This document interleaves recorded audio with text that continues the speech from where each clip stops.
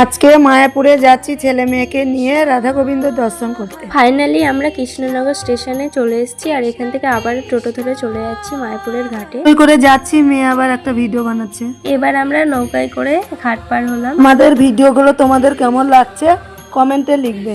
আমরা এবার চিন্তায় পড়ে গেছি যে আমরা তো অনেক বেলা করে এসেছি, এখন প্রায় 4টে পার হয়ে গেছে, তো এখন গিয়ে ভগবানকে দর্শন করে কি করে বাড়ি ফিরবো। ছেলে মেয়ে বললো মা মায়াপুরে একটা রুম ভাড়া করে থাকি, তাহলে রাত্রেবেলা ভালোভাবে ঠাকুরের মন্দিরটা ঘোরা হবে, আরতি দেখা হবে, ঠাকুরের দর্শন করা হবে। আমরা কিন্তু এর আগে মায়াপুরে এসেছি, কিন্তু আমরা কখনোই থাকিনি, তো ভাবলাম আজকে থাকি, তাহলে সারাদিন ভালোভাবে ঠাকুর দর্শন করে কিছু ভিডিও বানিয়ে বাড়ি যাব। ঘাট পার হয়ে উঠেই দেখছি একটা বড় জয়শ্রামের মন্দির, রাধা গোবিন্দও আছে।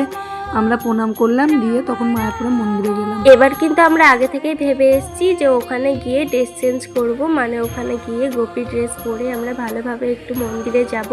তার জন্য ফার্স্টে আমরা রুম ভাড়াটা করে নিলাম, তারপর আমরা সুন্দর করে রেডি হয়ে বেরিয়ে পড়লাম। আর তার আগে তোমাদেরকে একটু রুমটা ঘুরিয়ে দেখিয়ে দিচ্ছিলাম। আমরা গোপীর ড্রেস পরে কিভাবে সাজলাম সেটা তোমরা পরের ভিডিওতে দেখবে। ভিডিওটা এমনিতে অনেক বড় হয়ে গেছে, তাই নেক্সট ব্লগে তোমরা দেখতে পাবে যে আমরা কিভাবে রেডি হয়েছিলাম।